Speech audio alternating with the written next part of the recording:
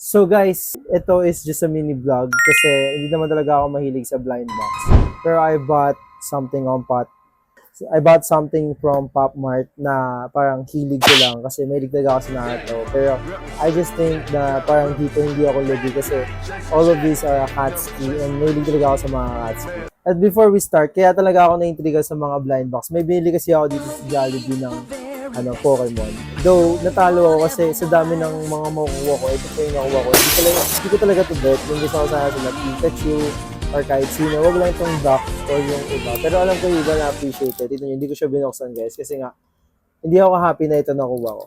So, ayun na nga. Dahil ito, i-unbox natin. Let's do the unboxing experience of this blind box. Oh, yes. And before we start guys, pwede ko namang markahan muna dito kung ano talaga yung mga gusto kong makuha. Antayin natin dito. So, first is, linya ko na si Itachi. Ayun na, linyahan na siya. Isa yan sa gusto kong makuha. And, syempre, si Obito dahil cool din siya. And, si Pain. Of course, ito si Naruto. Halata naman na si Naruto yan. Then, si Kisame, gusto ko rin siya. And si Conan, nag-iisang babae dito ng Akatsuki. Deidara, the Explosion Gods. Okay, so halos ang dami natin gustong kunin. Ito din, actually okay din sa akin to si Zetsu. Okay din. So, kung nakikita nyo, ito, halos lahat dito is gusto kong makuha. So, titignan natin kung ano makuha ko.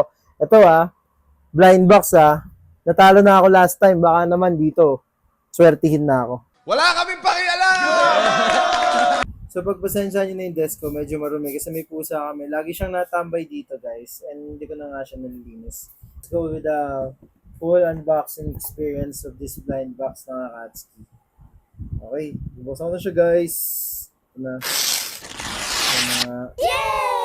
So, sa may wagang box na to, ano ba talaga ang laman mo?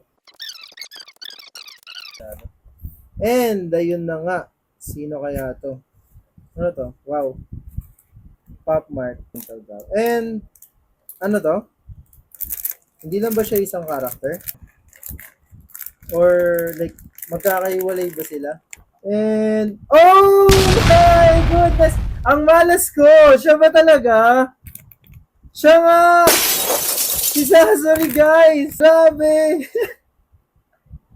Nakita niyo mga X ko.